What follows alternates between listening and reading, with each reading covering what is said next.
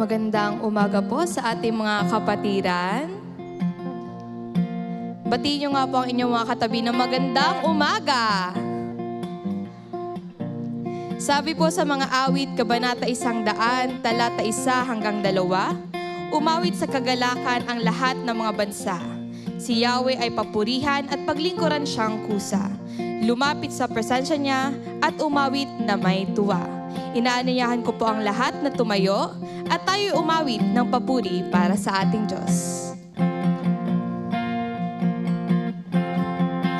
Mula sa pagsikat hanggang sa paglubog ng araw, ang ngalan mo, Jesus, ay papupurihan. Lahat ng mga bansa, sila'y magdiriwang, ihahayag ang iyong kadakilaan. Ang ngalan mong banal, ang ngalan mong banal ay aming sasambahin. Lahat ng iyong mga ginawa ay sasambitin. Ang kabutihan mo'y aming awitin. Ang pag-ibig mo'y hindi nagmamaliw. Mula sa pagsikat hanggang sa paglubog ng araw, ang ngalan mo, Jesus, ay papupurihan. Lahat ng mga bansa, sila'y magdiriwang, ihahayag ang iyong kadakilaan. Ang ngalan mong banal ay aming sasambahin. Lahat ng iyong mga ginawa ay sasambitin.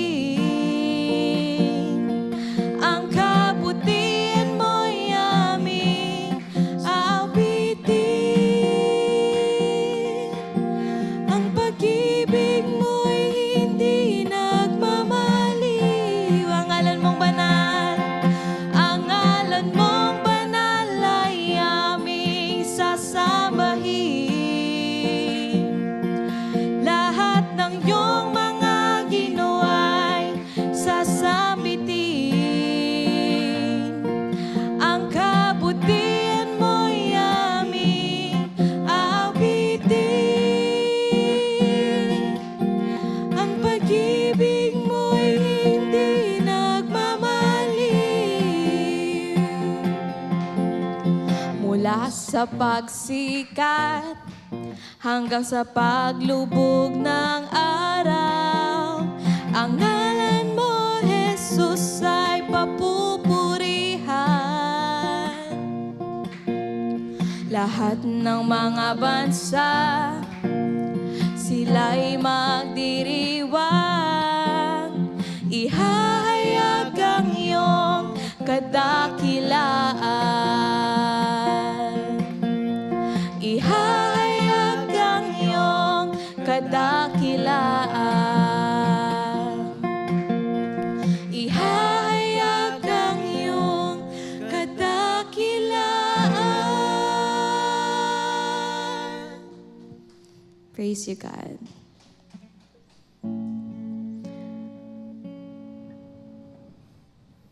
Patuloy tayong umawit ng pagpupuri para sa ating Diyos.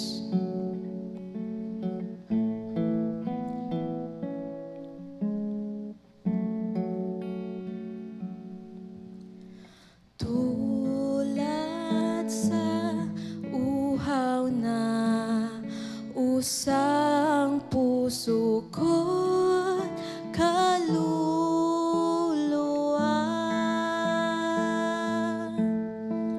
ikaw, O Diyos,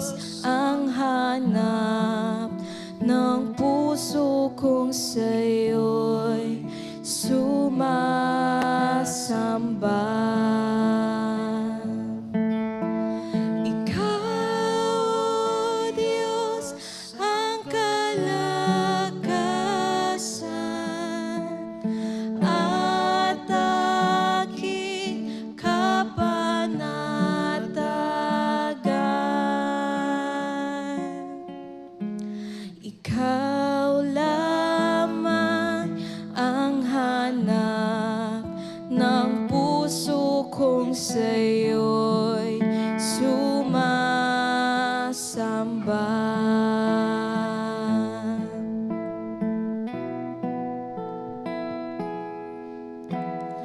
Tulad sa uhaw na usang puso ko't kaluluwa,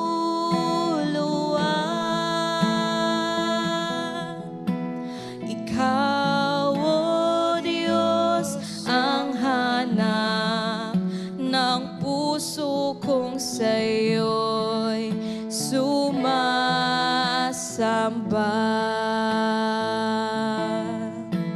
Ikaw, O Diyos, ang kalakasan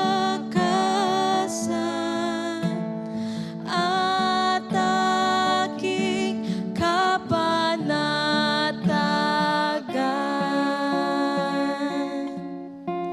Ikaw lamang ang hanap ng puso kong sa'yo'y sumasamba. Ikaw, O Diyos, Ikaw, O Diyos, ang kalakasan at aking kapanatagan.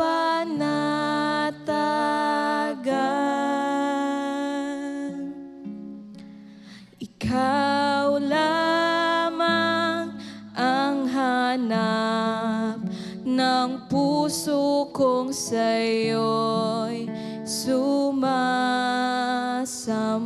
Ikaw, O Diyos, Ikaw, O Diyos, ang kalakasan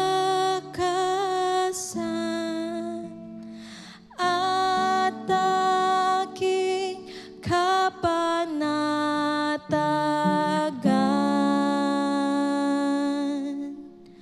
Ikaw lamang ang hanap ng puso kong sa'yo'y sumasamba. Ng puso kong sumasamba. Ng puso kong sumasamba.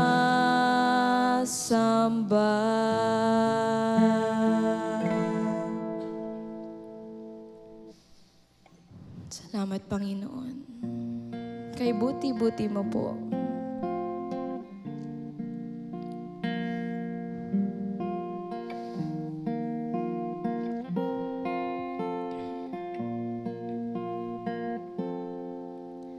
Kay puti-puti mo, Panginoon,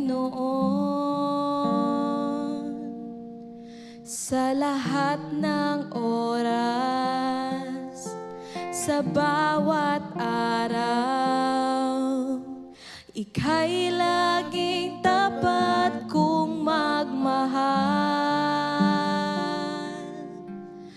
Ang iyong kawa ay magpawalang hanggan. Pinupuri, sinasamba kita, dakilang Diyos at Panginoon. Tunay ngang Ika'y walang katulad, tunay ngang Ika'y di nagbabago, mabuting Diyos na sa amin nagmamahal.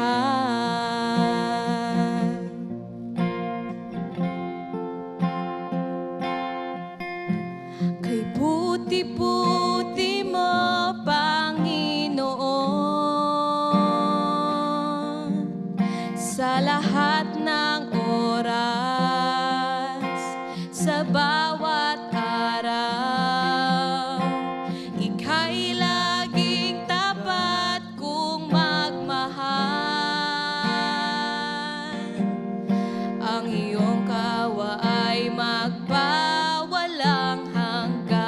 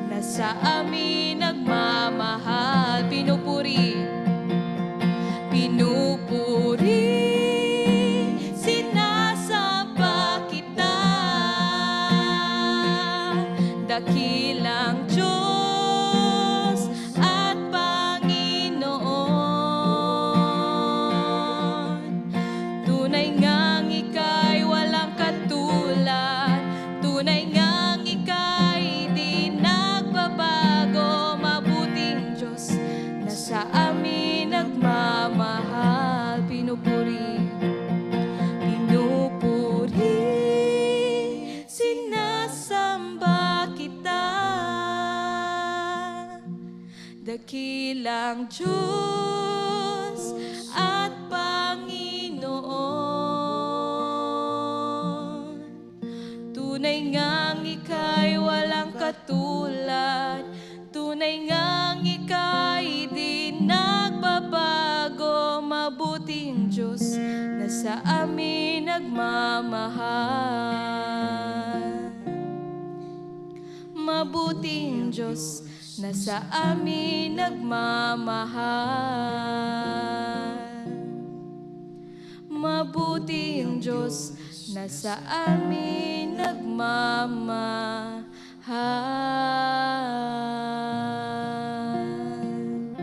Thank you, Lord. Thank you, Father. Salamat po sa lahat ng mga pagkakataon na inyong binibigay sa amin. Salamat po sa araw na ito, Lord God. In Jesus' name, amen. Palapakan po natin ang ating Panginoon. Pwede na po kayong umupo.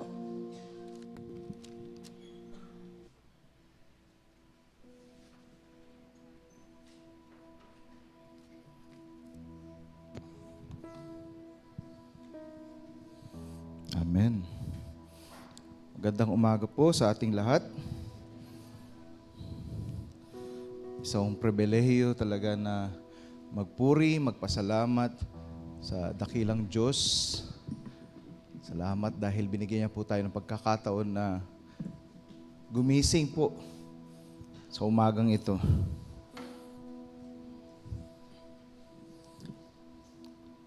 Okay. Bago po tayo magsimula, nais ko po munang alamin, meron po ba ditong una o pangalawang pagkakataon?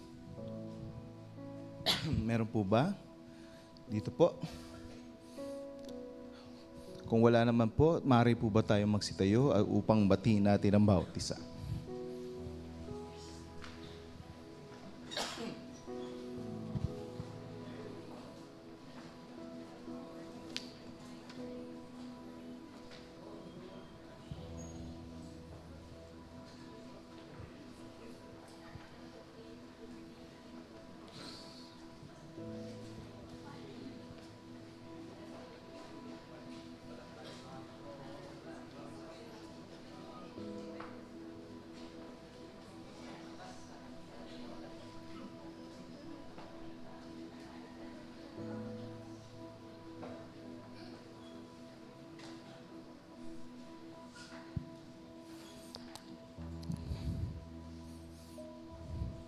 Sa ating pong mga paalala, kung kayo po ay may dalang gadget, cellphone, tablet, or even smartwatches, maaari po bang ilabas po natin ito sa ating bag o sa ating bulsa at i-double check po natin ang kanyang tunog.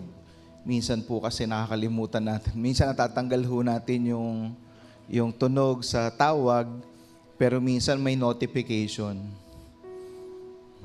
So, maaari po bang i-double check po natin? Mas pinakamaganda po nakalagay sa airplane mode para hindi po tayo maka-istorbo sa ating katabi, maging sa magsasalita po or bilang paggalang po sa ating bahay-sambahan. At para po sa ating mga announcement, unang-unang announcement po is membership class.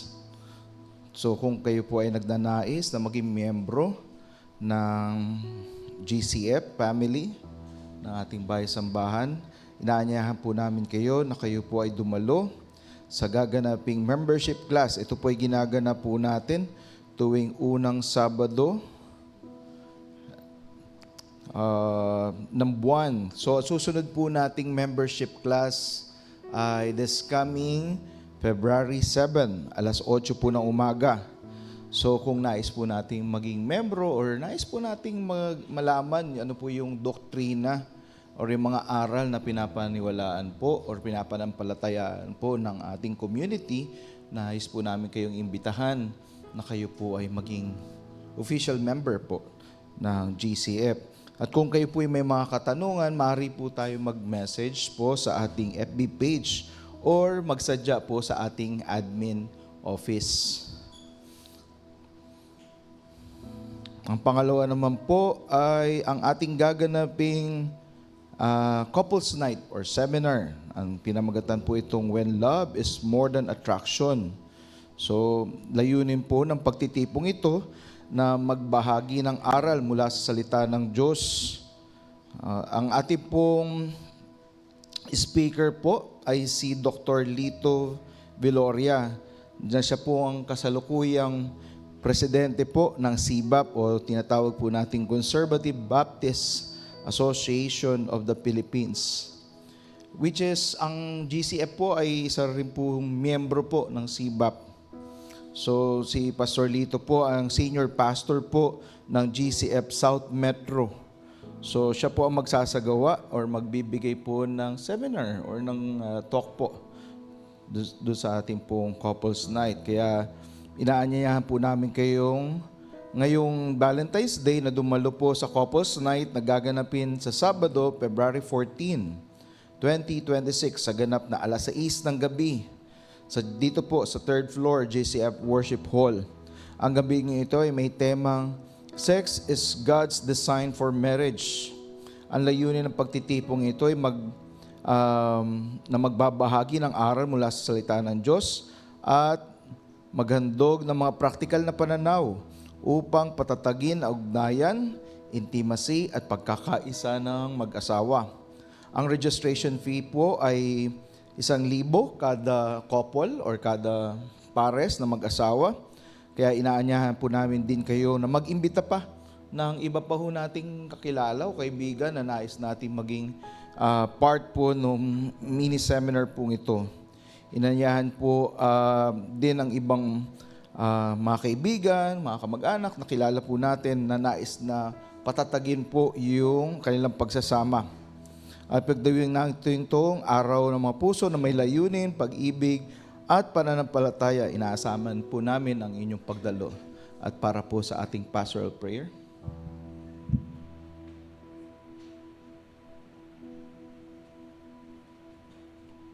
Magandang umaga po. Tayo po ay sama-samang manalangin. Tayo po ay lumapit sa Diyos. Aming Diyos, aming Ama, kayo po ay dakila. Tinataas po namin ang inyong pangalan. Pangalan na kung saan na siyang magsisi at magtiwala ay magkakaroon ng buhay na walang hanggan. Kayo po ang lumikha ng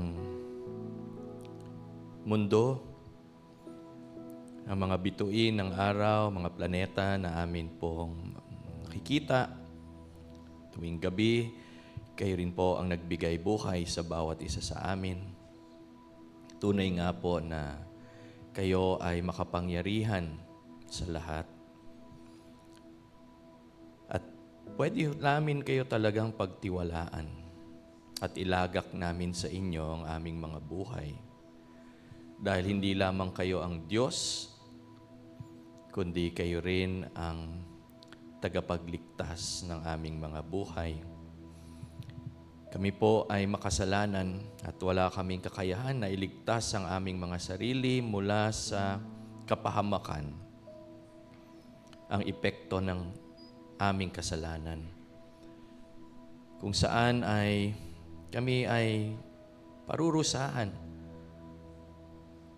ng habang buhay, walang katapusan, kung saan kami ay itatapon sa impyerno na merong walang katapusang kamatayan, paghihirap.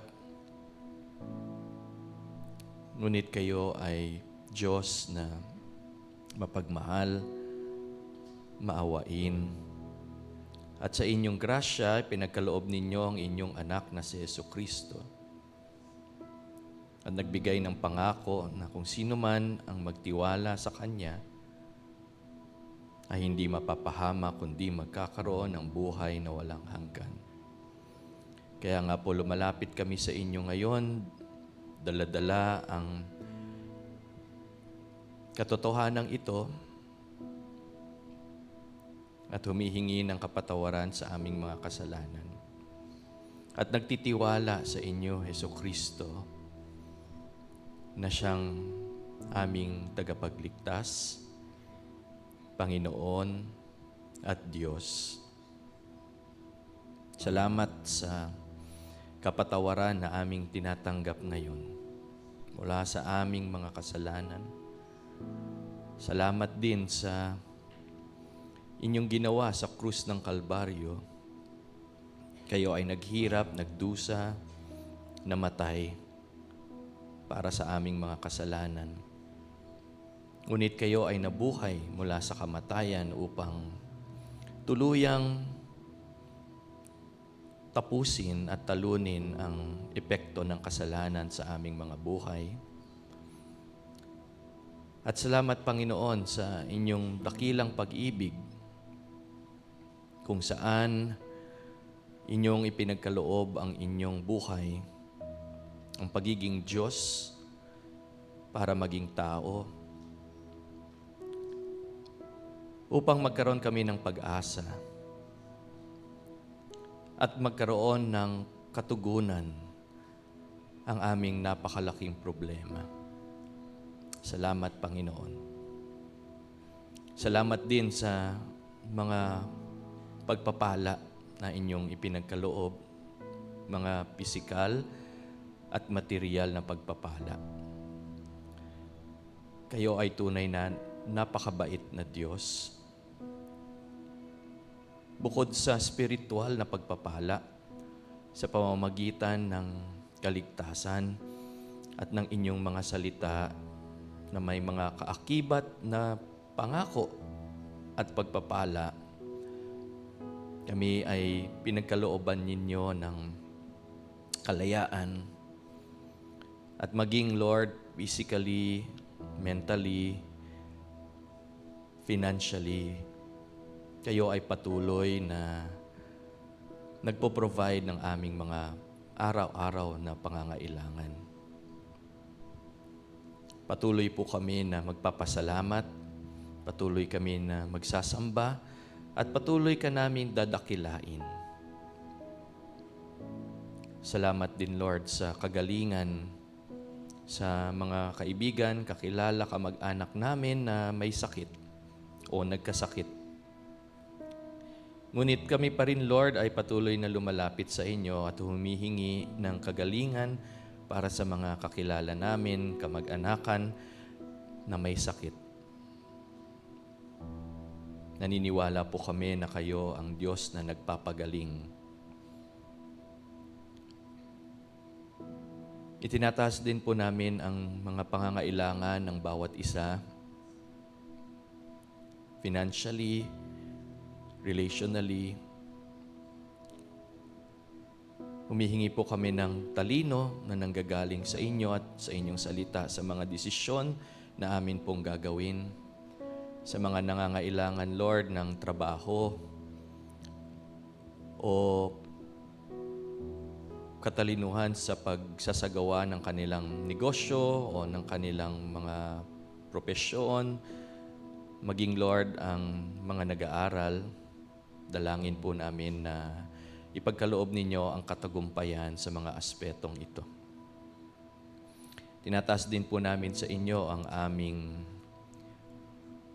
mga gawain, mga ministry sa simbahan na inyong itinatag at kung saan kami ay inyong dinala upang maging kabahagi dito po sa Bicol Region, maging sa ibang lugar, sa San Pablo, sa Dait, sa Legazpi, sa Albay. Ganon din, Lord, ang mga iba't ibang house churches at discipleship groups ng simbahang ito. At ng pangkalahatan, Lord, na evangelical and Christian Bible-believing churches sa buong mundo. Kasama na rin po ang mga leaders ng mga simbahang ito na inyong itinalaga, mga elders, mga pastors, ganun din ang mga deacons, mga volunteers, mga nangunguna sa iba't ibang ministries. Ganun din, Lord, ang mga miyembro at ang mga dumadalo. Dalangin po namin na kami ay patuloy niyong pagkaisahin at palaguin sa amin pong pagtitiwala sa inyo, sa amin pong mga buhay na Kristiyano. At dalangin po namin na kami ay maging mga mabubuti at tamang ehemplo sa mga tao, magkaroon ng pagkakataon na maibahagi ang inyong salita, ang ebanghelyo, at makatulong sa aming komunidad, sapagkat ito po ang inyong nais para sa amin. Dalangin po namin ang aming patuloy na pagsamba sa inyo sa umagang ito, na kayo lamang ang maitaas at kayo lamang ang mabigyan ng papuri at pagsamba. Marami pong salamat sa pangalan ni Jesus. Amen.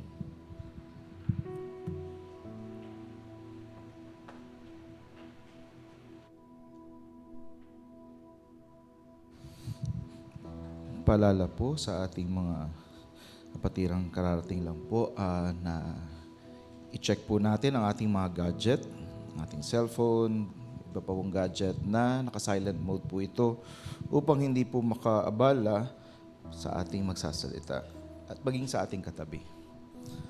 Ngayon po idadako naman tayo sa ating pagkakaloob. Ang ating pong pagkakaloob ay isa hong pribilehiyo.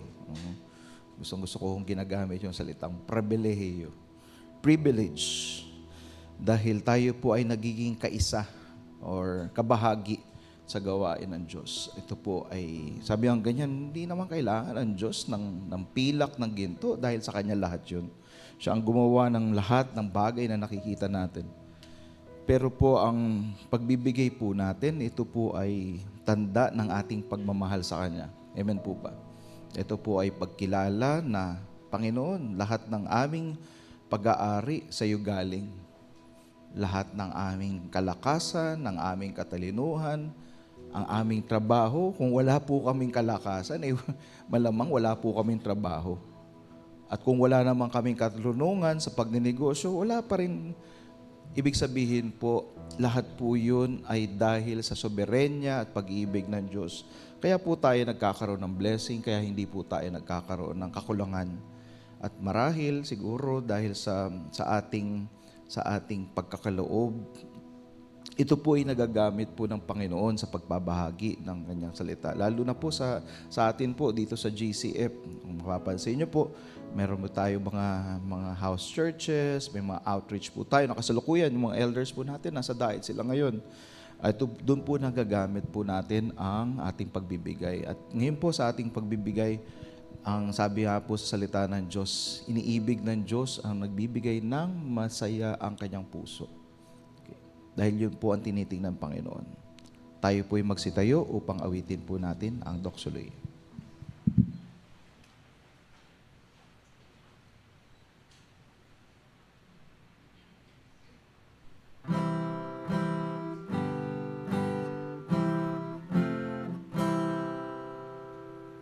Ang Diyos ama'y papurihan,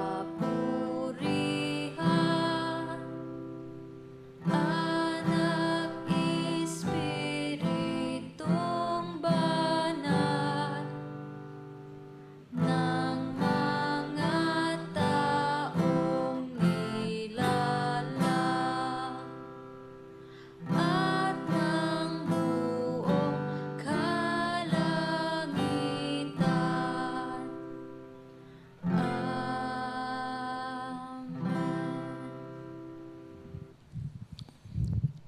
Ama naming nasa langit, dakila sa lahat, ang nagbigay po sa amin ng buhay, ang lumikha ng lahat ng bagay.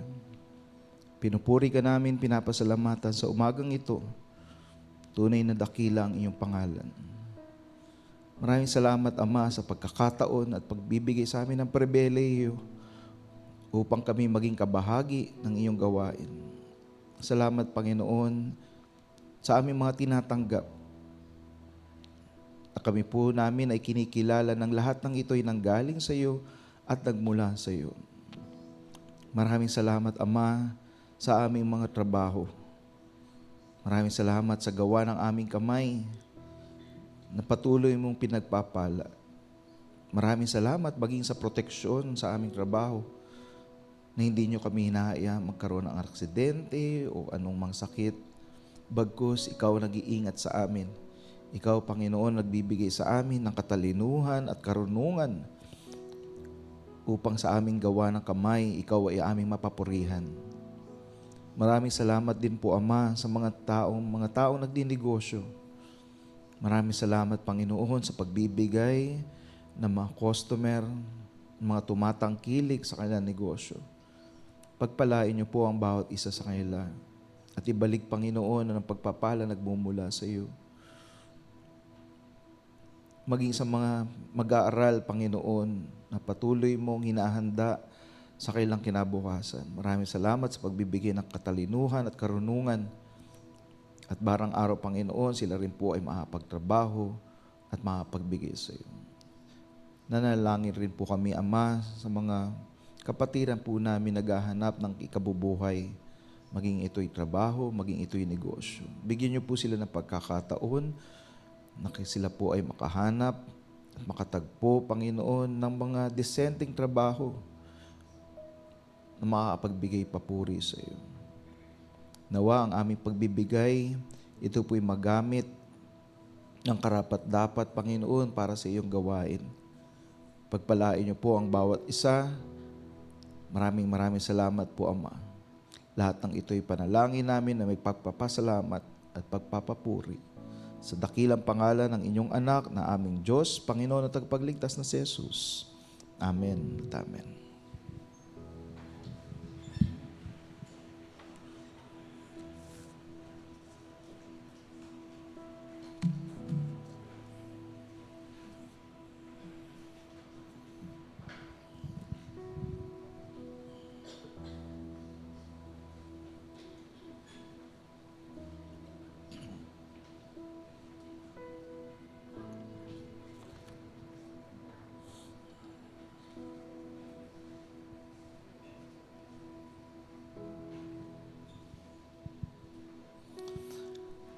Ang ating pong babasahing salita ng Diyos ay nagmula sa Aklat ng Gawa, Kabanatang 20, talatang 28 hanggang 32.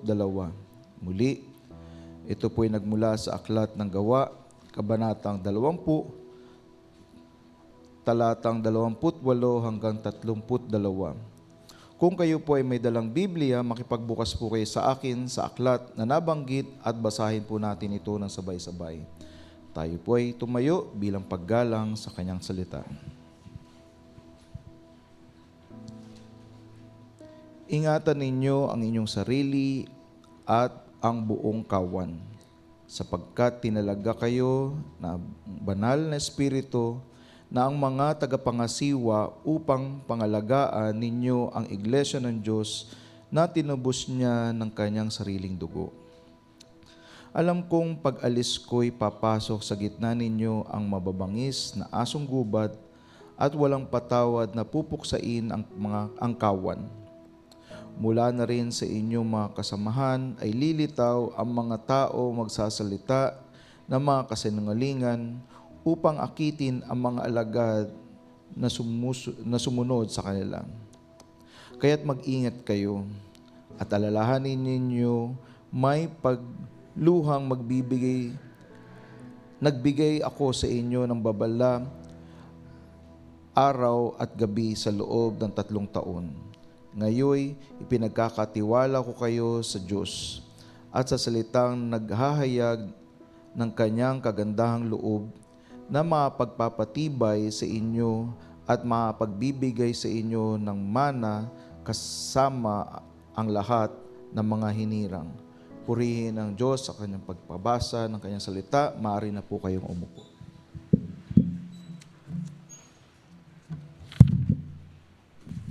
Salamat, Brother Roy, sa pangunguna sa ating worship service ngayong umaga. Magandang umaga po sa inyong lahat. Kamusta po kayo?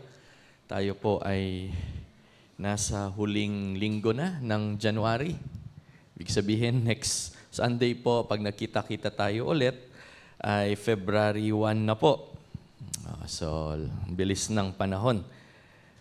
Tayo po ay lumapit sa Diyos muli sa isa pong panalangin. Let's pray. Ama namin, marami pong salamat sa umagang ito. Salamat po sa bawat isa na inyong pong dinala sa inyong bahay-simbahan upang sama-sama po kami magpuri, manalangin, magbigay ng aming kaloob, at ngayon, pang mag-aral ng inyong salita, makinig at i-apply ang mga katuruan, ang mga principles, ang mga katotohanan mula po sa inyong mga salita sa aming mga personal na buhay. Dalangin ko po na buksan ninyo ang aming tenga, ang aming puso, ang aming isip, ang aming pong spirito sa inyong banal na salita.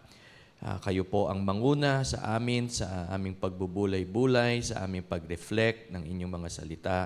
Tulungan nyo din kami, Lord, na maituro ito sa ibang tao, sa growth group, ngayong dadaan na mga araw, at ganun sa aming mga pamilya, kaklase, katrabaho, o aming mga nakakasalamuha sa araw-araw. Kayo lamang po ang maitaas sa pangalan ni Jesus. Amen. Nasa huli at ikatlo na po na missionary journey si Pablo, si Paul the Apostle, at siya po ay papunta sa Jerusalem. Gusto po niyang abutan or maabot yung Pentecost, no? Yung Pentecostes, kasi ito po yung panahon kung saan maraming mga Hudyo ang nagsasama-sama, nag-gather, pupunta po sa Jerusalem para i-celebrate po yung kanilang Feast of Pentecost. Si Pablo po ay sa pamamagitan ng banal na spirito na siya ay kinausap, nagmamadali din po siya na pumunta sa Pentecost at ihayag ang ebanghelyo at ang salita ng Diyos.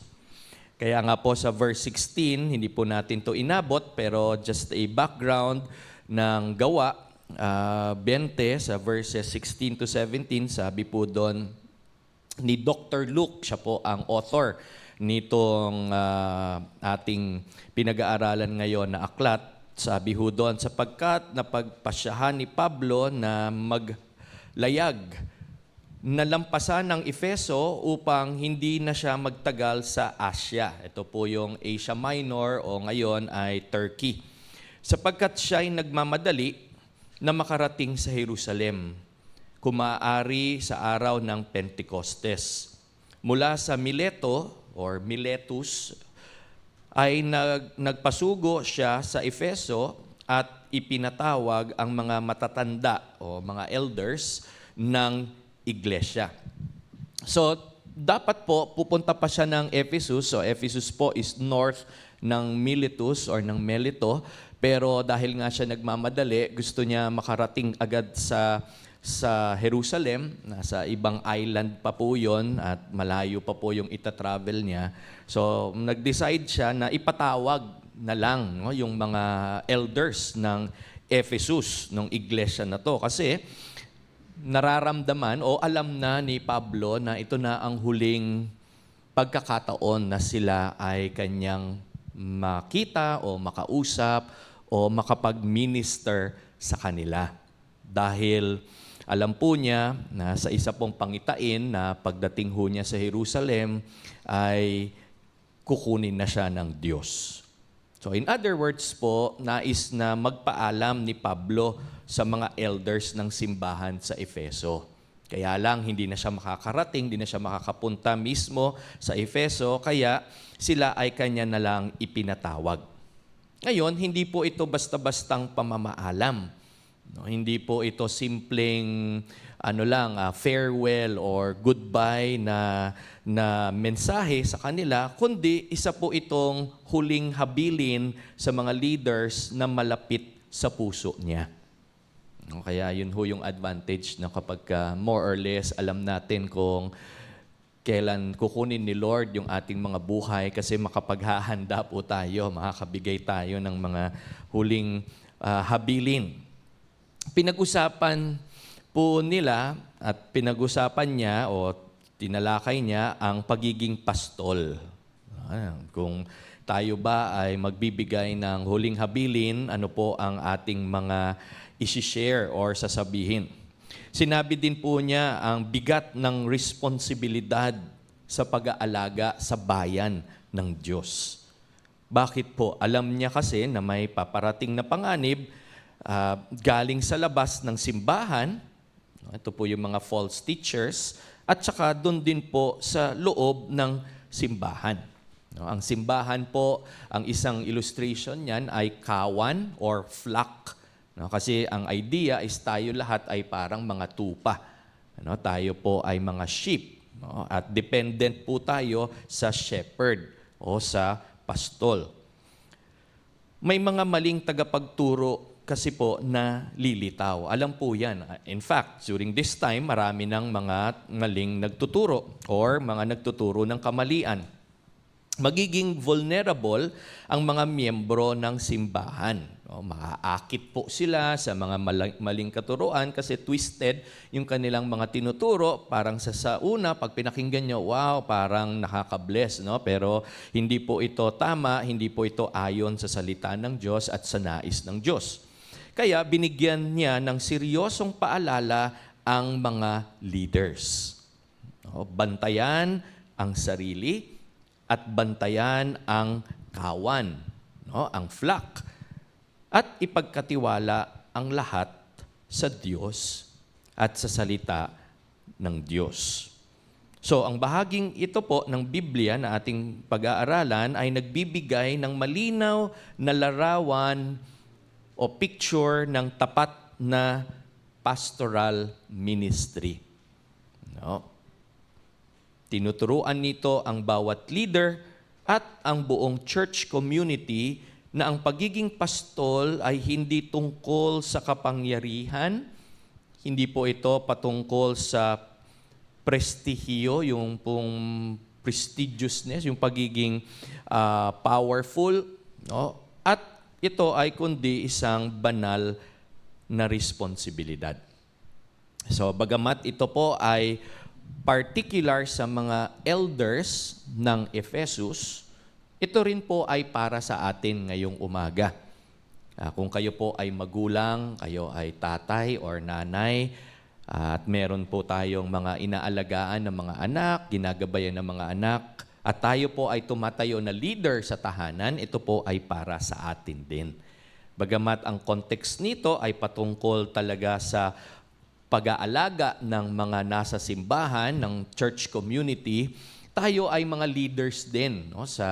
Siguro sa inyong trabaho, kayo ay boss, kayo ay manager or supervisor or meron pong under sa inyo at tayo ay mga leaders, ito po ay maganda din na tignan para makita natin kung paano maia-apply kung saan po tayo nagsiserve today.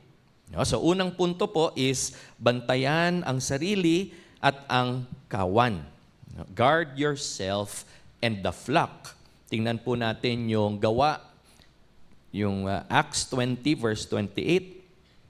Gawa 20:28, sabi po doon, ingatan ninyo ang inyong sarili. Unahin po natin yon kasi sumunod dyan at ang buong kawan. So ang una pong command, ito po ay malinaw na utos ni Pablo sa mga elder, sa mga nangunguna sa simbahan na una, ingatan ninyo ang inyong sarili. Mag-ingat kayo sa inyong sarili. Bakit po? Kasi ang pagiging tapat na leader or elder ay nagsisimula sa sariling espiritual na buhay ng leader. Sa English po, pay careful attention. So, ito pong salitang ingatan ninyo, hindi po ito one-time, big-time na pag-iingat. So, ito po ay continuous, ito po ay consistent, ito po ay patuloy na pag-iingat sa sarili. Ito po ay ang pagbabantay sa sarili. Bakit po? Kasi po, nagsisimula ang leadership hindi agad sa public, hindi agad sa karamihan, kundi sa personal muna na buhay. So gusto kong sabihin dito ng Diyos sa pamamagitan ni Pablo na ang pagbabantay sa sarili ay dapat tuloy-tuloy. Oo, every day, every moment. In other words, hindi dapat po tayo tumitigil sa pag-examine o pag-evaluate ng ating mga buhay.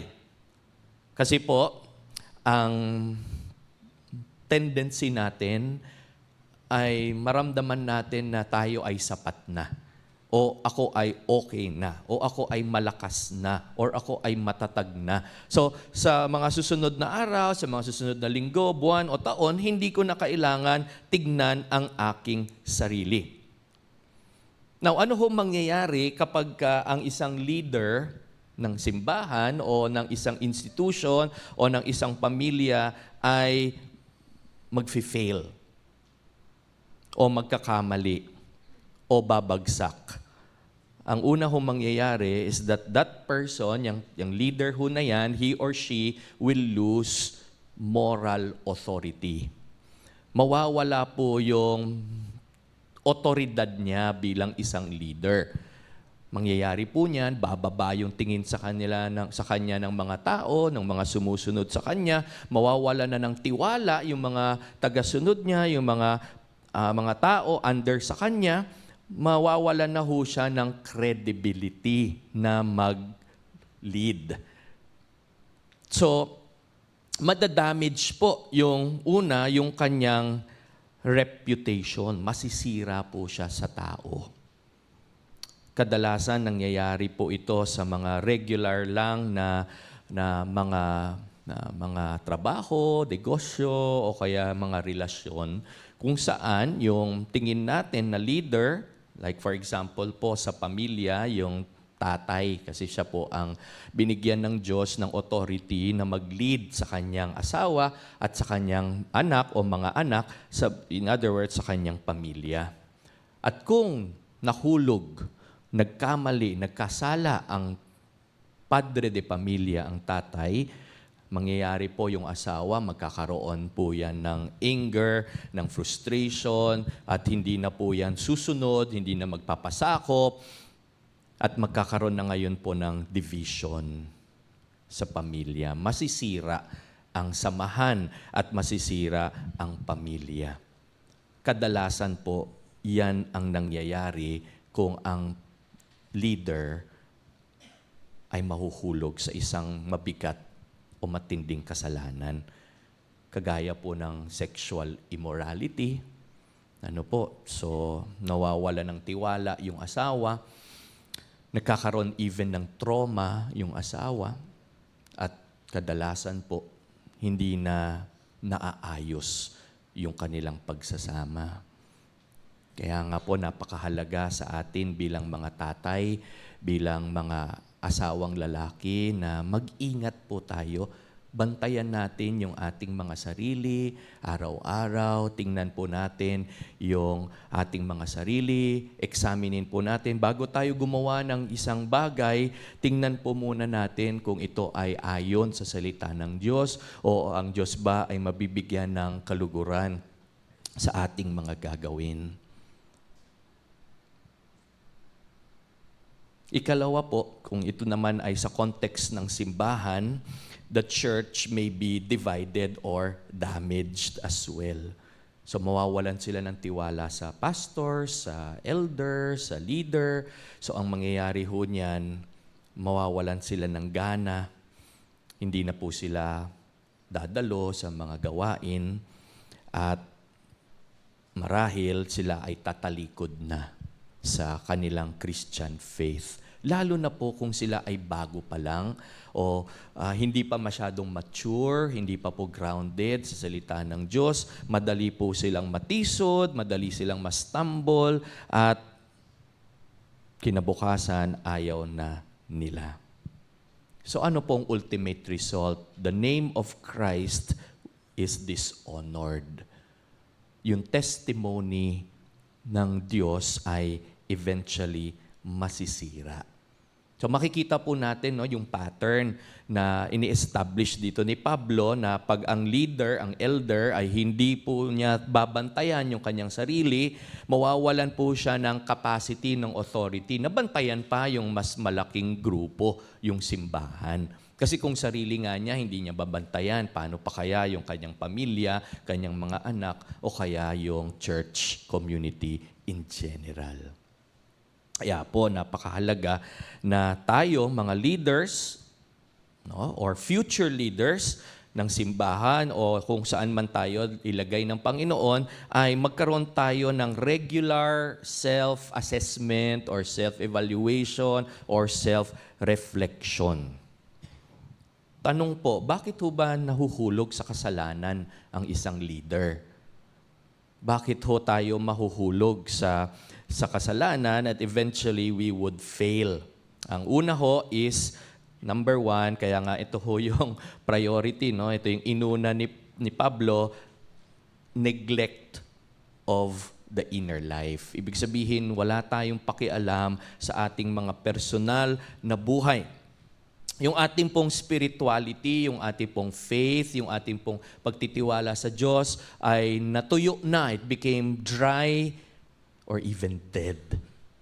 At once mangyari po yan, yung atin pong panalangin, parang ano na lang, no? Parang routine na lang, mechanical na lang, parang memorized na nga lang eh.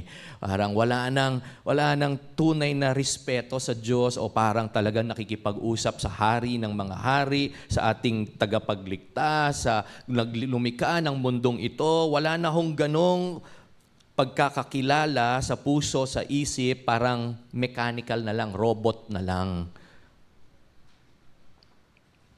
Yun pong pagbabasa ng salita ng Diyos becomes a burden kung tayo ay kagaya ko, nagpipreach o nagtuturo sa isang grupo, sa simbahan.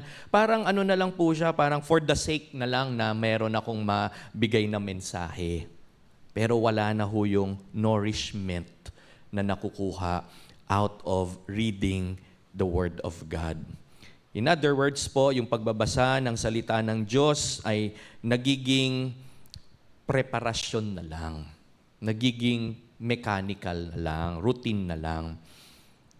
Marahil yung pagpunta natin sa simbahan ay ganun na rin. Kasi meron na lang parang expectation o kailangan kong dumalo sa simbahan o sa growth group. Parang o sige na nga, anong may isip ninyo kung sakali ang pastor ng isang simbahan ay ang passion niya ay hindi na magturo ng salita ng Diyos na tama, no, at merong tunay na pagmamahal or concern. At ang gusto na lang niya ay matapos yung kanyang preaching para makauwi na siya, makakain na siya, makapagpahinga sa hapon o makanood ng Netflix o gawin yung mga gusto niyang gawin. Ano hong mararamdaman ninyo kung sakaling ganon ang leader? Wala hong concern. Wala ho siyang pag-ibig. Wala ho siyang pagmamalasakit. So pag na-neglect po ng isang leader yung kanyang personal, spiritual life, isama ko na rin po yung kanyang health. Didagdag ko na rin doon. No? As an extended application, pag i-neglect natin, baliwalain natin yung ating mga kalusugan, maaari po na maghantong ito, mag-lead ito sa sakit, pagiging mahina, at eventually, hindi na natin magagawa yung kailangan nating gawin para sa Panginoon at sa mga kawan na ipinagkaloob, na inatas na gabayan bilang mga pastol o bilang mga tupa. Ikalawa po na why leaders would fail is dahil sa kasalanan, sa sin.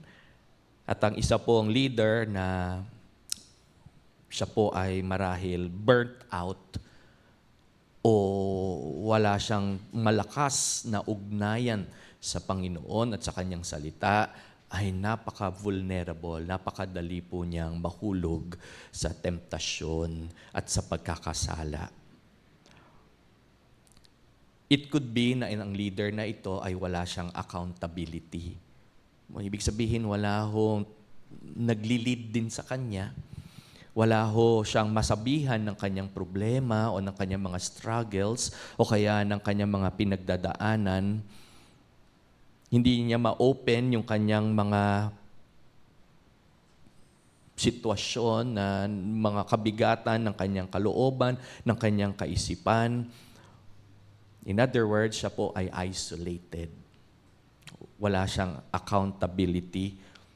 Hindi niya masabi ito sa kanyang asawa, sa kanyang mga anak, at lalo na wala siyang masabihan nito na mas mature sa kanya, na makapagbibigay ng maganda sanang mga paalala o kaya counsel o kaya maipanalangin man lang siya.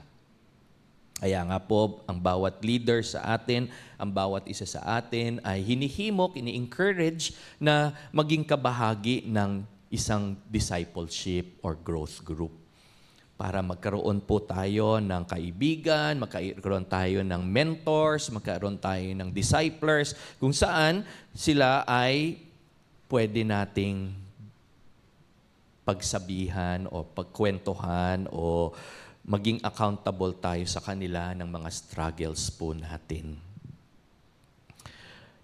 Isa pa pong reason kung bakit nag-fail ang isang leader is because of his or her pride or self-confidence na hindi ko yan kailangan o kaya okay naman ako, hindi yan mangyayari sa akin, o kaya faithful naman ako sa Lord, o kaya matalino ako, maalam ako, magaling ako, matagal na akong Kristiyano, so on and so forth. Pag ganito po ang naiisip namin, the moment a leader thinks, iniisip niya ako ay wala sa ganitong, hindi ako in danger, the moment po na isipin niya ng isang leader, he is already in danger.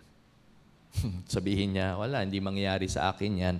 Okay, I'm not in danger, hindi ako mahuhulog sa ganyang kasalanan. Ay, nako, delikado na po yon. So what must a leader do in order not to fail? Ano hong pwedeng gawin natin as leaders para hindi ho tayo mahulog? Sabi ni Pablo, watch yourself. Sabi niya, pay careful attention to your life. Ingatan ninyo ang inyong sarili.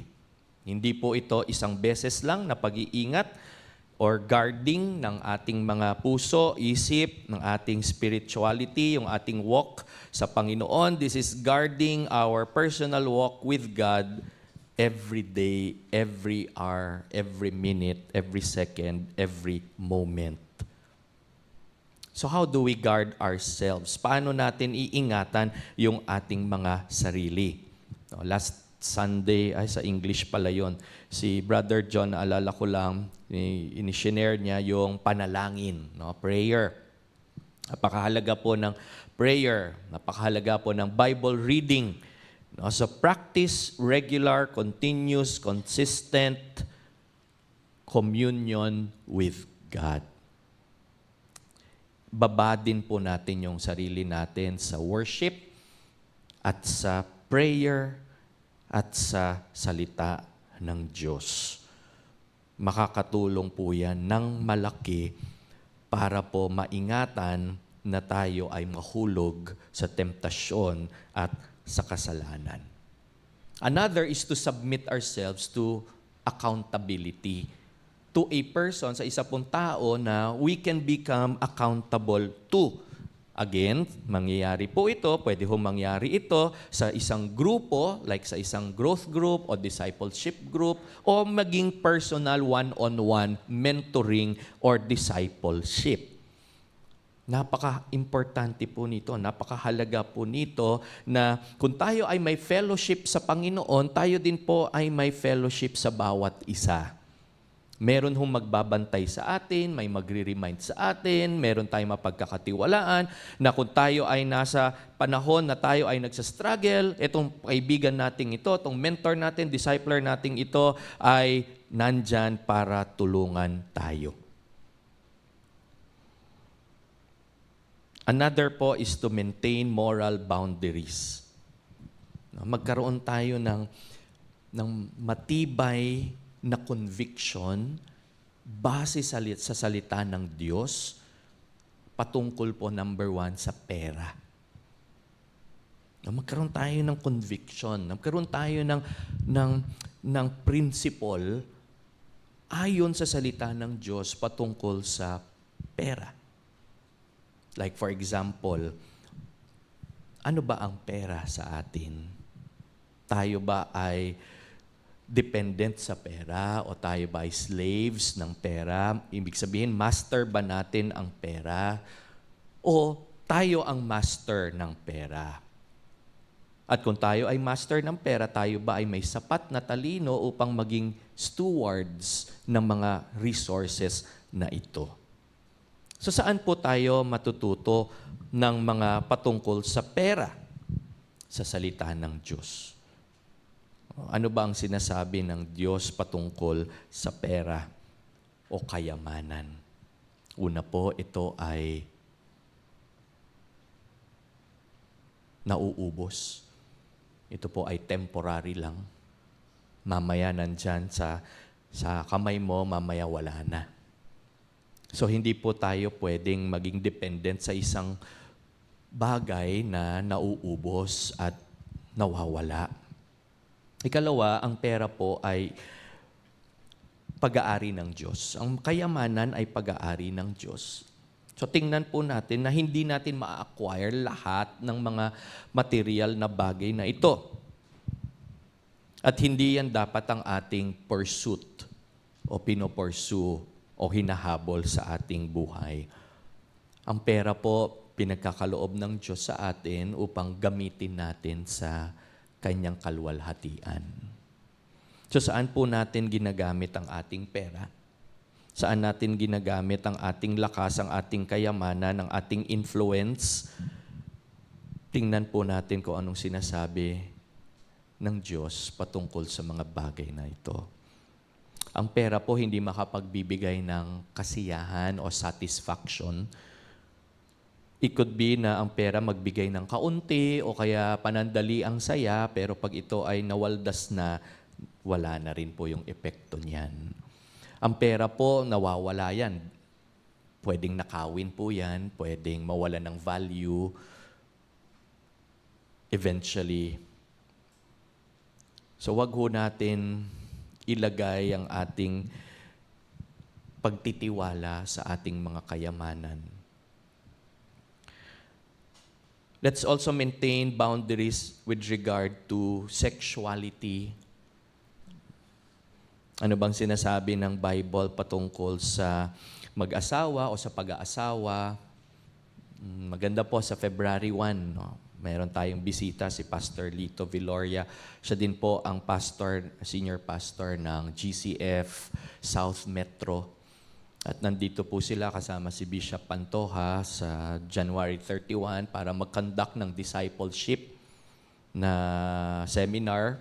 At nandito po siya para magbahagi ng salita ng Diyos sa linggo. At pagkatapos po niya, magkakaroon din ng pagtuturo patungkol po sa relationship as we enter the love month of February. Yan. Ganon din po sa February 14, meron tayong couples night para ho sa mga mag-asawa na ito. Kasi yung Sunday, open po yon to everyone at libre po yon. Yung February 14, may 1,000 na po yon na fee para ho sa pagkain kasi yon at sa mga materials na gagamitin.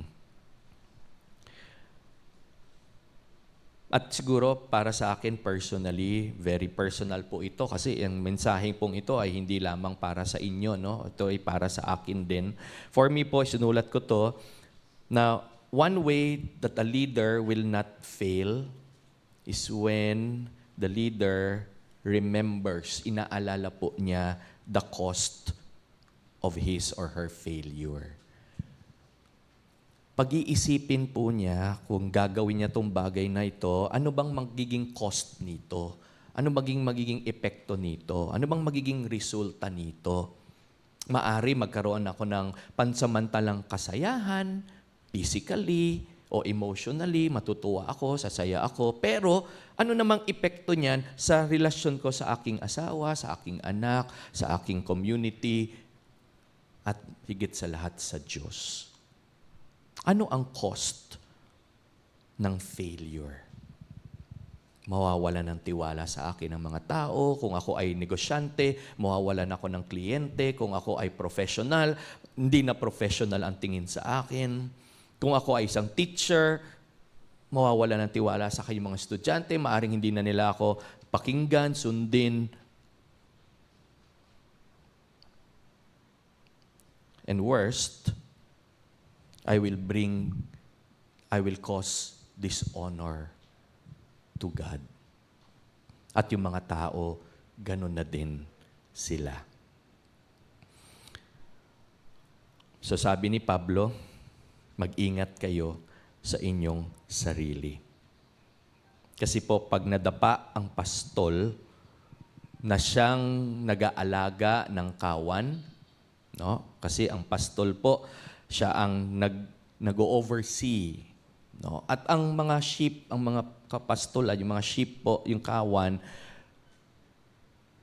they're as good as the shepherd. Ibig sabihin, kung ang shepherd tamad, edi pariwara din sila. Kung ang pastol hindi sila dinadala sa mga green pastures, de gutom sila at sila ay sickly, sila ay weak, masakitin sila. At kung tamad ang kanilang pastol, walang pakialam ang kanilang shepherd, malamang sila ay kakainin lamang ng mga wolves, ng mga predators. In other words, napakahalaga na ang pastol ay tapat sa Diyos at tapat din sila sa kanilang tungkulin na ingatan ang buong kawan. Sabi po, bantayan ang lahat ng kawan. So, ingatan ninyo ang inyong sarili at ang buong kawan. Ibig sabihin po, ang pastoral care ay hindi lamang personal. Ito rin ay pangkalahatan. Sabi ho doon, ang buong kawan. So, all the flock. So, ibig sabihin po, hindi selective.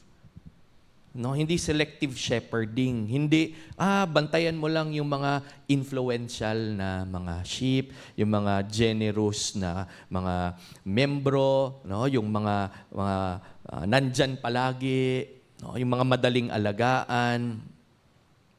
All, lahat, buong kawan. Kasama po dito yung baguhan, kasama dito yung may sakit, kasama dito yung mga immature, kasama dito yung on and off, labas-pasok, okay, yung mga attend dito, maya-maya wala na, maya-maya nandyan na naman, pag may problema, no? Pag may problema, malapit sa Diyos. Pag wala, pag okay naman, malayo sa Diyos.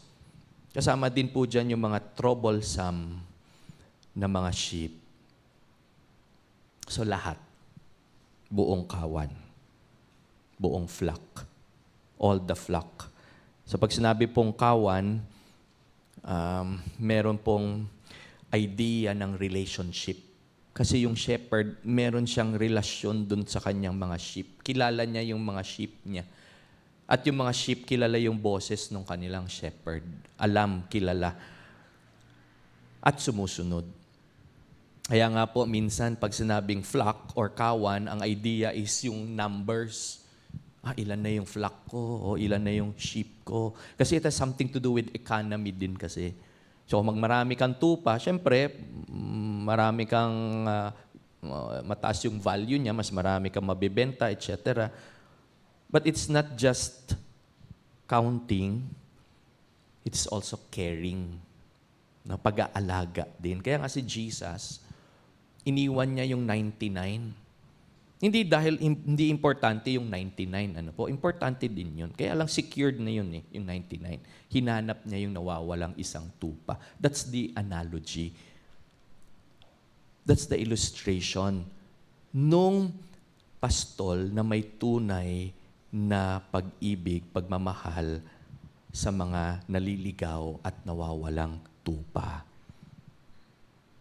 Kasama po sila sa flock. At sabi po, ingatan ninyo ang inyong sarili at ang buong kawan sapagkat itinalaga kayo ng banal na spiritu na mga tagapangasiwa. No? So ibig sabihin, hindi, of course, minsan ini-elect yung leader, ina-appoint yung leader, pinagbobotohan yung leader, ng elders o yung mga pastors, but it's really the work of the Holy Spirit, no? Na kung bakit nandyan ang leader.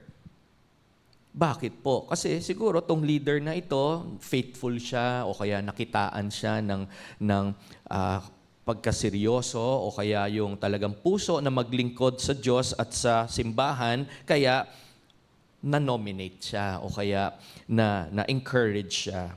At eventually, although tao ang nagtatalaga, it is really God who calls. It is God who equips. So itinalaga kayo ng banal na spirito. Yun po yung affirmation ni Pablo sa mga leaders na to. Na kayo, nandyan kayo, hindi dahil sikat kayo, hindi kayo nandyan dahil kilala kayo or influential kayo. Nandyan kayo dahil itinalaga kayo ng banal na spirito. In other words, nakasalalay yung ating responsibility, yung ating authority sa Diyos. Ano hong sabi? Kayo ay mga tagapangasiwa. Overseer yung picture. Pag sinabi hong overseer, mabilis nilang maintindihan kung ano yung overseer. Yun po ay ang shepherd, yun po ay pastol, yun po ay elder, kaya po interchangeable ito. At ang pagiging overseer ay hindi po, it does not describe status or position. It describes the responsibility. Tingnan niyo po yung sabi ni Paul, tagapangasiwa kayo, itinalaga kayo ng banal na spirito, hindi para maging sikat o maging influential. Anong sabi niya? Upang pangalagaan ninyo ang iglesia ng Diyos. So yung pong function, yun pong trabaho, yun pong role ng isang leader ay ibinigay ng Diyos. At ito ay para sa Diyos. Hindi po ito para sa sarili. Hindi po ito for the sake of the leader. Upang pangalagaan ninyo ang iglesia ng Diyos. Yun po yung application ng pagiging pastol. Nung pag-iingat sa buong kawan. Pangalagaan ninyo ang iglesia ng Diyos. Take note, iglesia po yan ng Diyos. Hindi yan iglesia mo, hindi iglesia nito, niya, o iglesia kung sino man. Yan ay iglesia mismo ng Diyos. Bakit? Siya po ang tumubos sa mga taong ito. So pag sinabi pong church, ito po ay mga set apart. No? Set apart because of God Himself. Siya mismo ang tumubos, naghiwalay, nagligtas sa mga to ng kanyang sariling dugo. So it pertains to Christ being God or the deity of Christ. It also affirms the unity of the Father, God the Father, and God the Son, si Jesus Christ, in the redemption of His people. Kasi kasama si Jesus doon sa act, sa promise. Siya ang katugunan. Siya po ang fulfillment ng pangako ng Diyos to redeem His people. At dahil siya ay Diyos, ito ay eternal and infinite. Dahil ito ay iglesia ng Diyos. Hindi po ito temporary lang na samahan. Hindi po ito seasonal lang na grupo. Ito po ay mga hinirang ng Diyos. Ito po ay ang simbahan ng Diyos. This is the church of God. And because God is eternal and infinite, His people is also eternal and infinite. Yung salita pong tinubos, ang idea po niyan ay binayaran, tinubos, pinagbayaran. May sakripisyo po nakaakibat yung pagtutubos. Ano po ang pinantubos? Kanyang sariling dugo with His own blood. So special po ang simbahan ng Diyos. Hindi ho basta-basta yan. So the elders, ang mga elder po ay tinawag na overseers, hindi dahil sa personal na ambisyon, kundi dahil sa pagtatalaga ng banal na spirito. Ang kanya pong inaalagaan, ang mga tupa, ang mga kawan ay hindi po simpleng mga kawan dahil sila po ay tinubos mismo ng dugo ng Diyos. So pinapakita po dito kung gaano kahalaga ang mga taong pinaglilingkuran ng mga overseers, ng mga elders. So hindi pwedeng baliwalain o ineglect o hindi alagaan. Pag kayo po ay, for example, nangailangan ng sasakyan, for example, pahiram naman, Brad, ng sasakyan. Kasi maghahatid ako wala akong sasakyan, wala akong pwedeng gamitin, kailangan kong samahan or tulungan itong kamag-anak ko, kaibigan ko, pahiram naman. So pag kayo po ay pinahiraman ng isang bagay, ano pong gagawin natin? Babaliwalain ba natin? Babanggain ba natin? Wala na tayong pakialam, di ba? So alagaan po natin yun kasi una magbabayad tayo doon pagka na-damage natin yun. But more than that, dahil may respeto tayo sa may-ari. Dahil ito ay, sabi nga kanina ni Brad Roy, privilege. So ganun din po yung mga tao na ipinagkatiwala sa atin, yung ating asawa, ating mga anak, yung atin pong mga naiimpluwensyahan, yung simbahan na ito na we are leaders. Mahalaga po sila sa Panginoon. Then, verses 29 to 30, nagbigay po ng babala, ng warning si Pablo. Sabi doon, alam kong pag-alis ko'y papasok sa gitna ninyo ang mababangis. Kasi po pag wala yung shepherd, syempre, vulnerable lalo yung mga sheep. Wala na silang leader. No? So minsan po yung mga false teachers, naghihintay yan na magkagulo, na mawalan ng leader or manghina yung leader, mamatay yung leader, magkasakit, o mag-fail yung leader, saka sila aatake. Usually, ganun po ang mga strategy nila. Divide and conquer, di ba? So pag nagkaroon na ng division, nagkagulo-gulo na sila dahil yung leader wala na, o mahina, o kaya namatay yung leader. Pagkaalis niya, may mga mabangis na lobo na papasok. O ano hong klaseng lobo to? Anong mga klaseng wolves to? Mabangis. Ibig sabihin po, cruel. Ibig sabihin po, destructive. Ibig sabihin po, walang pakialam. Yun yung opposite ng care. Yung care kasi nagtitend, nag-aalaga, nagpapakain, nagbabantay. Ito po, walang pakialam. Sino po yung mga ito? These are the false prophets. These are the false teachers who will not spare the flock. Sila ay mababangis na asong gubat at walang patawad na pupuksain ang kawan. Sisirain, papatayin ang kawan. Hindi siguro physical na kamatayan, but spiritual na kamatayan. Sila ay ilalayo sa katotohanan, ilalayo sa gospel, ilalayo sa Diyos, ilalayo sa salita ng Diyos, at ang equivalent po niyan ay death na din. Hindi lang sila manggagaling sa labas, kundi pati na rin sa loob mismo ng church community. Sabi sa verse 30, mula na rin sa inyong mga kasamahan ay lilitaw ang mga taong magsasalita ng mga kasinungalingan upang akitin ang mga alagad na sumunod sa kanila. Yun po ang gagawin ng mga mabangis na asong gubat, mga wolves. At alam niyo po kung ano yung nakakatakot na asong gubat? Aside from yung literal na wolf, yung wolf na nakakubli wearing a sheep's clothing. Yung kala mo mukhang sheep, pero wolf pala siya sa totoo. Yun po yung mas nakakatakot. Bakit? Kasi sila yung hindi mo akalain na wolf pala sila. Babaluktutin po nila ang katotohanan para ilayo ang mga tao sa Diyos, kay Kristo, at dalhin sila sa sarili nilang agenda. Dahil ang gusto po nila ay ang kanilang sariling mga desires. Wala ho talaga silang tunay na care. Ipinapakita nito na ang maling turo ay kadalasang mukhang tama, kaakit-akit at puno ng kayabangan.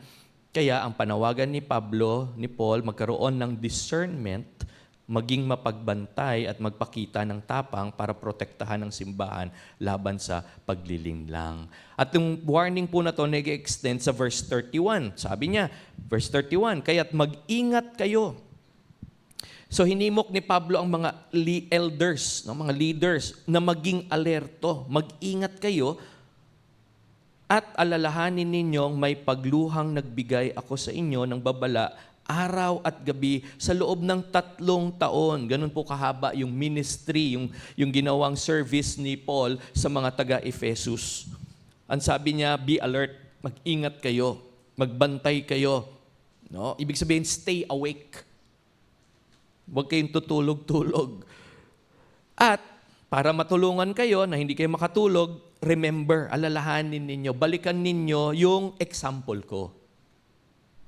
Ano bang example ni Pablo?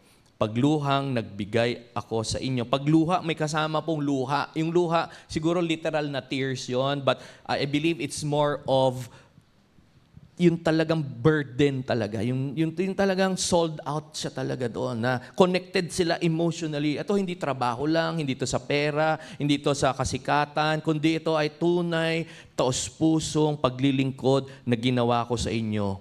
Naalala ninyo? Araw at gabi sa 3 taon. So, ibig sabihin, walang office hours. Hindi 8 to 5 to 24/7. Araw-gabi. So, pag may pangailangan kayo nung gabi, marahil yung iba sa kanila lumapit. Pag sila ay nasa danger na panganib, sila ay tinulungan ni Paul physically. So, wala siyang pinili na oras. Anytime available siya. Just like Jesus. Just like our Lord who is available, hindi lang pag okay tayo, o kaya pag hindi tayo okay. At magtatapos po si Pablo sa isang commendation. Sabi niya sa verse 32, ngayoy ipinagkakatiwala ko kayo sa Diyos. Napakaganda po nung kanyang conclusion na hindi niya pinagkatiwala yung mga leader sa bawat isa. Hindi niya sinabi, ikaw mag-lead nito, ikaw na ang leader, ikaw na ang mag-succeed sa akin, ikaw na ang pumalit sa akin, ikaw na ang bahala sa kanila. Hindi. Ngayon, pinagkakatiwala ko kayo sa Diyos at sa salitang naghahayag ng kanyang kagandahang loob. Hindi po kasi pwedeng paghiwalayin ang Diyos sa kanyang salita na makapagpapatibay sa inyo. So ang Diyos at ang kanyang salita ang makakapagpatibay sa inyo. Ibig sabihin tuloy-tuloy ito. Magbi-build up kayo. No? Lalo kayong titibay. At makapagbibigay sa inyo ng mana. Ano tong mana na to? Ito ba yung mana ng isang mga magulang sa kanilang mga anak? Inheritance yung word sa English. Pag sinabi hong inheritance, this is the final promise. Ano ba yung inherit natin? Yung eternal life. Yung buhay na walang hanggan. Yung resurrection glory. And the full fellowship and communion with God forever. Yan ang mana. Kasi yung resources na mana, yung pong, halimbawa, napagmanahan tayo ng lupa, ng bahay, iwan din natin yun eh. Pwede rin mawala sa atin yun eh. Pwede nating ibenta yun pag kailangan natin ng pera. Pwedeng mawala yan, masira. Pero ang buhay na walang hanggan, ang forever fellowship with God in heaven, yan ang pamana sa atin ng Diyos. Hanap ng good news doon, kasama ang lahat ng mga hinirang. kasama po ang lahat ng mga hinirang or sanctified. Ibig sabihin, ang Diyos pa rin ang nagsasanctify. Ang Diyos pa rin ang naghuhubog. Ang Diyos pa rin ang nag-aayos. Ang Diyos pa rin ang nagpe-perfect hanggang sa huli ng yugto ng ating mga buhay. In other words, sanctification is shared by His people. Pantay-pantay, sabay-sabay, lahat ng mga hinirang. Pinagkatiwala ni Pablo ang mga leader sa Diyos at sa salita ng kanyang biyaya. Ang salitang ito po ay ang Ebanghelyo, ang kayang magpatatag sa kanila at magbigay ng katiyakan sa kanilang walang hanggang mana. Sa huli, ang lakas ng simbahan ay hindi nakadepende sa mga tao o kaya sa leader, kundi sa kapangyarihan ng Diyos na siyang tunay na leader at ang tunay na pastol at sa kasapatan ng kanyang salita. Purihin po ang Panginoon. Iwanan ko po kayo ng tula mula sa ating senior pastor na nasa Manila po. Nag-aaral po siya doon. Pinagpapatuloy niya yung kanyang doctoral degree. Nagmi-minister din po siya doon sa ating mga kapatiran na sumusuporta, tumutulong sa ating simbahan. At this coming next week po, February 3 to 5, kasama ko po siya. Magkakaroon kami ng National Council meeting sa Tagaytay po ito. So ipag-pray niyo po kami sa mga panahon na ito kasi 3 araw po ito. Patungkol ito sa national na simbahan ng Conservative Baptist of the Philippines kung saan po ang GCF ay kabahagi. So ako po ay naitalaga doon bilang National Council din last year nung kami po ay umattend ng meeting. At bihira po yon na ang isang simbahan ay meron pong 2 miyembro ng National Council. But praise God po, sa biyaya po ng Panginoon, magkakaroon po tayo ng pagkakataon na makatulong, hindi lang dito sa simbahan at lumawak yung ating mga tao na pwedeng tulungan, mga simbahan na ating pwedeng tulungan sa pamamagitan din po ng biyaya ng Diyos na pinagkaloob sa atin na bilang isang doktor at isa din pong lawyer. So sana po panalangin nyo kami na matulungan natin ang buong mga churches na under po ng Conservative Baptist of the Philippines. At gamitin po tayo ng Diyos para sa kanyang kaluwalhatian. So ito po yung title, Bantayan ang Church. Bantayan ang Church. Parang Taglish na to. Bantayan ang simbahan. Bantayan ang sarili, iwasan ang kasalanan at mali. Iwasan katuruan na mali, ingatan ang sarili. Ingatan ang mga tupa, ilagay parati sa tama. Ang salita, ang totoo at tama. Bantayan ang mga tupa. Sa biyaya ng kanyang salita, sila ipagkakatiwala. Huwag sa alanganin ipagkatiwala, sa biyaya lang ng kanyang salita. Si Jesus, ang ating pastol, ginagamit niya ang lahat para ipagtanggol laban sa mali. Ang kawan ay ipagtanggol, si Jesus lamang ang ating pastol. Amen po. Tayo po lahat ay tumayo. Purihin po ang Panginoon. Aming Diyos, tunay nga po na kayo ay napakabuti, napakabait, at napakagaling na pastol. Kayo po ang dakilang pastol. Kami po ay mga tupa na napariwara dahil sa kasalanan. Ngunit ayon sa inyong kalooban, ayon po sa inyong kagalingan, katalinuhan, ayon sa inyong sovereignty, kami ay inyong hinanap. Kami ay inyong iniligtas sa kapahamakan at kami ngayon ay binigyan ng buhay na walang hanggan.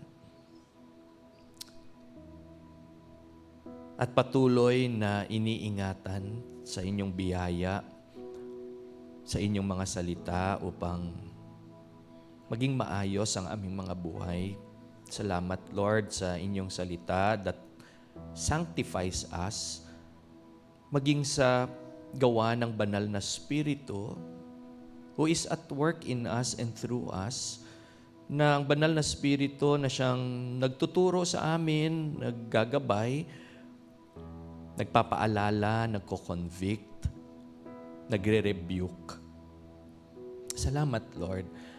Salamat din, Lord, maging sa mga tao na inyong ginagamit upang kami ay turuan, kami ay tulungan, kami ay akayin, pag kami ay nangangailangan ng pag-akay. Mga tao, Lord, na ginagamit ninyo to encourage us, to support us, to inspire us, to motivate us, to give us warning. Bigyan kami ng paalala at bigyan kami ng biblical at tama na katuruan dahil ito po ay inyong nais. Salamat, Lord.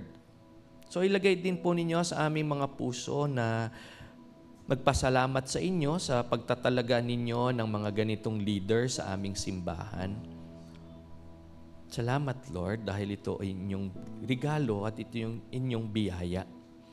At kung kami naman, Lord, na nagli-lead ng inyong mga pinagkatiwalang mga kawan, dalangin ko, Lord, na patuloy nyo kaming bigyan ng wisdom, patuloy nyo kaming gabayan, patuloy nyo kaming kausapin at ayusin din ang aming mga personal na buhay. At paalalahanan kami na bantayan din ang aming mga sarili.